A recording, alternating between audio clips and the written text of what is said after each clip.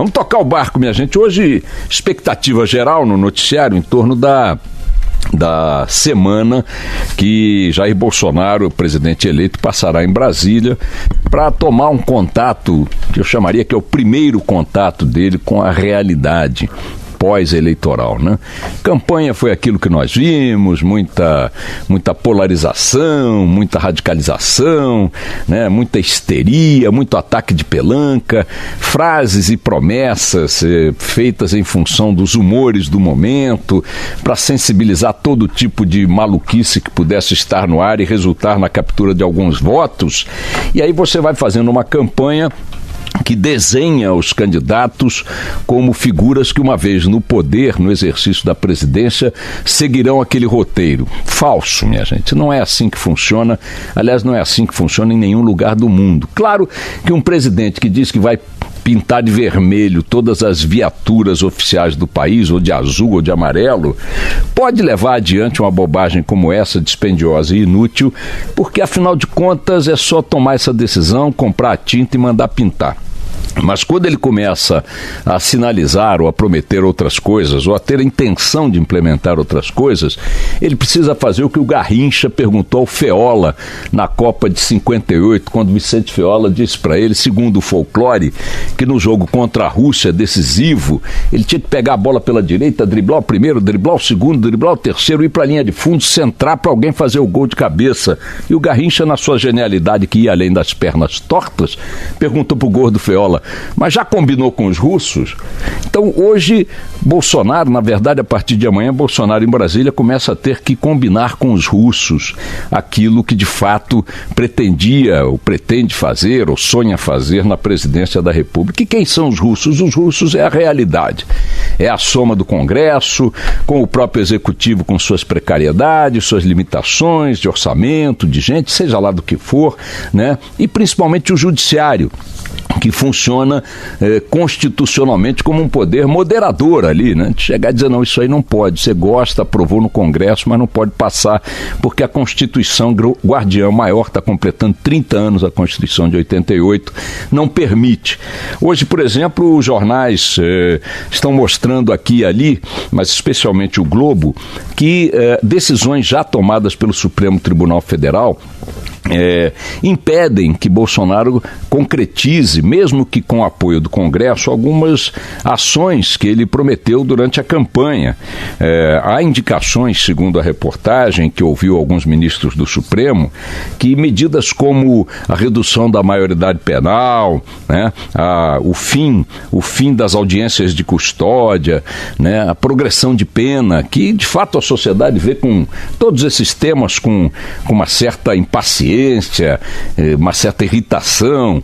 A redução da maioridade penal é uma demanda que está colocada aí pela sociedade, querendo que os crimes cometidos por quem tem 16, 17 anos sejam considerados iguais aos crimes por quem tem mais de 18. Progressão de pena é aquele negócio que o cara é condenado a 20 anos, fica bonzinho na cadeia, cumpre 3, vai embora, e o índice de reincidência de figuras oriundas do sistema penal é gigantesco no Brasil. As audiências de custódia também, que são consideradas aí um atenuante para o criminoso, uma facilidade para o criminoso. Cadeias superlotadas, o Supremo decidiu, por exemplo, minha gente, que presos em cadeias superlotadas têm direito à indenização do Estado. E Bolsonaro disse que se tiver que botar mais presos dentro das cadeias como elas estão, ele vai botar um em cima do outro, foi uma frase do presidente. O presidente também sinalizou, anunciou intenções na área diplomática, por exemplo, nas relações internacionais do Brasil com fóruns internacionais e tudo mais, coisas como a saída do Acordo de Paris. Depois ele moderou essa abordagem, sinalizou que tem a intenção de transferir a embaixada do Brasil de Tel Aviv para Israel, afirmou, aliás, que pretende fazer isso, para Jerusalém, me desculpem, uma ala de sua assessoria acha que tem que fazer isso mesmo e tal, e muita gente vem ponderando que medidas como essa, especialmente a da transferência da embaixada, abririam uma frente de tensão com o mundo árabe, que é um importante parceiro comercial, cultural, enfim, histórico do Brasil, tanto quanto Israel, mas abriria uma frente de tensão e de conflitos que simplesmente não faz sentido diante dos objetivos e das necessidades e carências que o Brasil enfrenta, que são gravíssimas e que não precisam trazer problemas adicionais para esse cenário.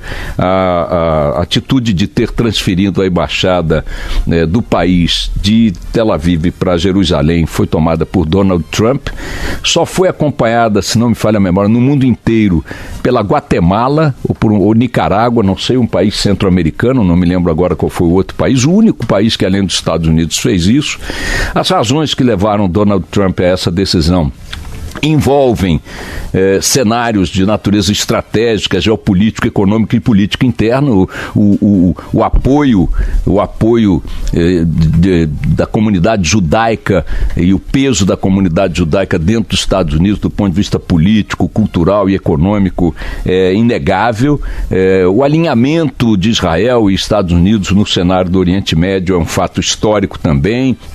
Há ali adversários comuns, há um cenário delicado, complicado, difícil, que todos conhecem.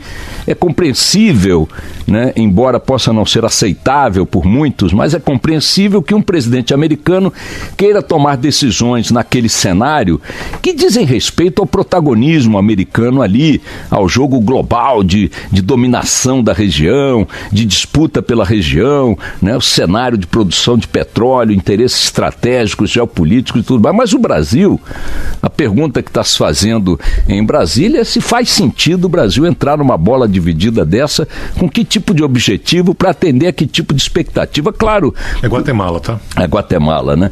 Eu vejo que alguma coisa que soma Guatemala aos Estados Unidos e ninguém mais é algo que precisa ser perguntado se faz sentido. Além do que, a ONU não reconhece Jerusalém como capital de Israel. É preciso entender que uma atitude como essa tomada pelos Estados Unidos está peitando a ONU, peitando relações com o mundo árabe, e que os Estados Unidos têm cacife, embora equivocadamente utilizado nesse caso, mas tem cacife para fazer isso. O Brasil não tem, e nem tem porquê.